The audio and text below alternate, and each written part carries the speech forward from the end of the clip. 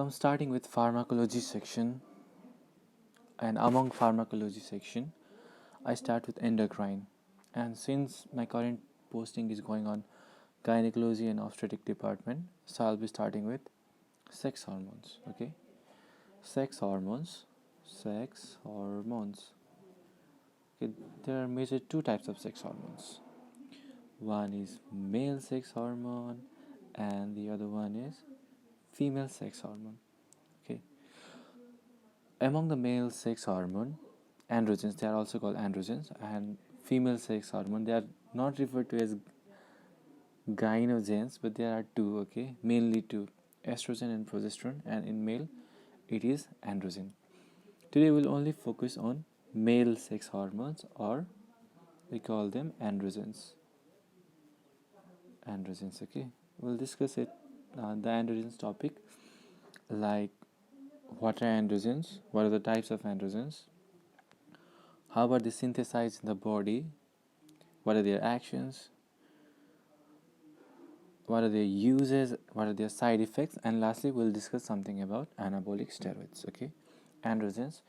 The testosterone is the main androgen in male. Testosterone is the main androgen in male body. It is a naturally occurring androgen. And among other naturally occurring androgens are dihydrotestosterone, also known as DHT, and androstenedione. These three are common naturally occurring androgens. And among synthetic, there are also synthetic testosterone. Why they make synthetic testosterone is that the synthetically formed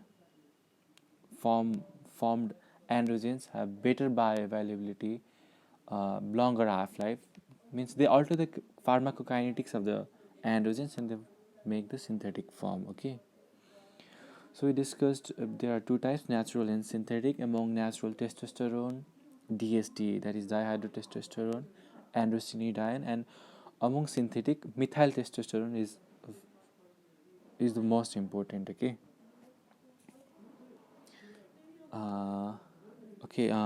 oxandrolone and nandrolone. Okay, OXANDROLONE, oxandrolone and nandrolone are also among the synthetic androgens, but we'll discuss them more in anabolic steroid region. Okay, now moving on to synthesis of androgens. Testosterone is synthesized by Leydig cells. Okay, they are also called interstitial cells. Okay, luteinizing hormone, LH, or it is also known as interstitial cell stimulating hormone, ICSH. Okay, so under the influence of LH or ICSH, the testosterone is synthesized by Leydig cells. So one may ask, then what is the function of FSH in male? Okay, the function of FSH is to help during spermatogenesis, or it is responsible for spermatogenesis in seminiferous tubules. Okay, that was about synthesis. Let's talk about the action. Okay, let's write action. Okay, there are two major actions, or rather I should say three, but there are two major actions of testosterone. Okay, number one is androgenic action, and number two is anabolic action, anabolic action. Okay, among the androgenic action, let's think like there are male hormones, male sex hormones, means they are responsible for maturation of reproductive organ in males. They are responsible for secondary sexual character in male. Okay, these are the two major androgenic functions. And among male have to be male. Okay, or rather people use has or have, I don't know, but males, they have to be male, they have to be strong, right? This is the kind of general norm, so I remember it like this. Okay, androgenic action, sexual organs development and maturation, and formation of secondary sexual characters. And among anabolic action, it increases the muscle mass and strength of skeletal muscle. So there are two major action, and apart from this, testosterone also increases the RBC production, that is erythropoiesis. Okay, these are the common action of androgens, or mainly testosterone. So moving on to uses of these androgens. So since we are discussing pharmacology section, we will focus now on uses of testosterone. Okay, forgive me if I'm recording or speaking slowly. This is my first time recording. Okay, uses. Okay, these are hormones, and someone is, if a male is lacking any hormone due to any syndromes, example Klinefelter syndrome, that is 47XXY syndrome, that is male hypogonadism. Okay, then you supplement the hormone by giving testosterone, and most commonly it is given in the form of transdermal patch of dihydrotestosterone. That is one use. And since it increases muscle mass and strength of skeletal muscles, and it also increases RBC production, therefore it has been misused mostly by athletes. Okay, illicit use in athletes.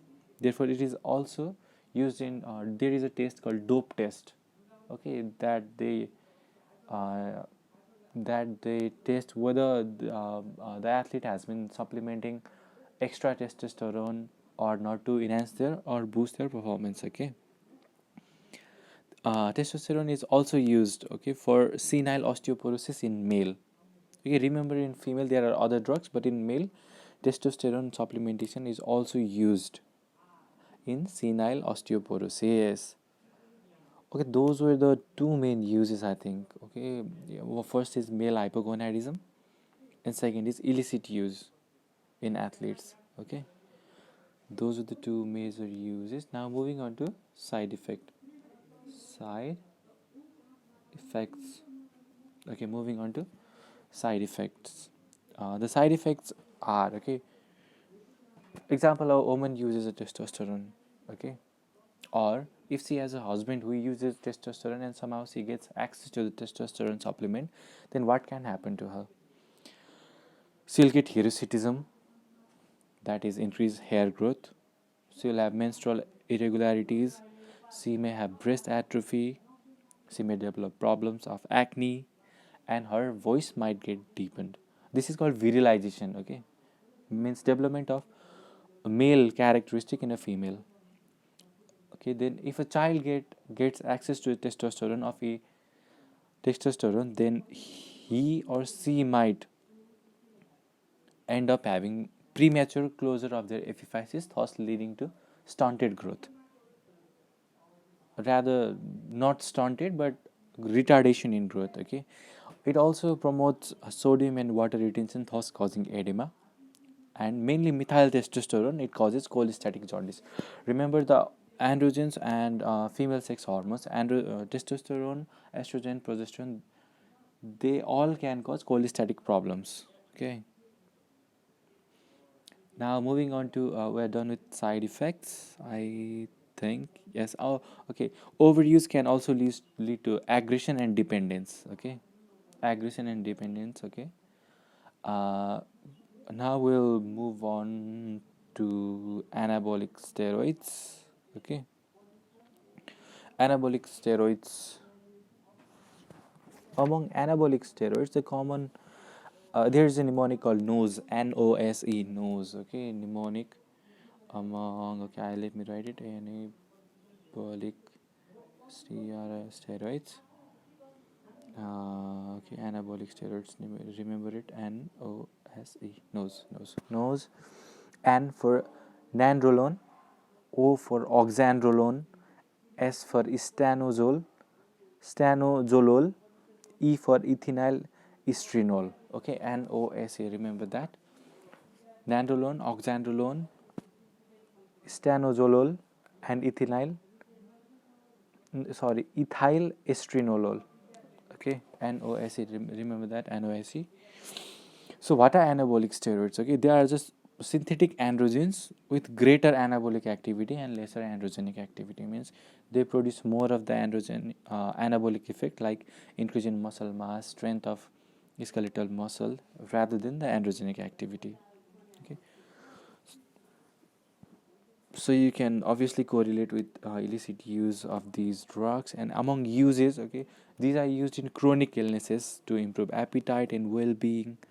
They are also used during recovery from prolonged illness, surgery, burns, chronic debilitating illnesses. They can also be used in postmenopausal and senile osteoporosis. These are the few uses of anabolic steroids. Okay, this is where I end today. So we discussed something about sex hormones, then testosterone types, uses, side effects, and a little bit about anabolic steroids. Forgive me, this is my first video, recording first video. It might not be as good, but I'll hope I get better. Thank you.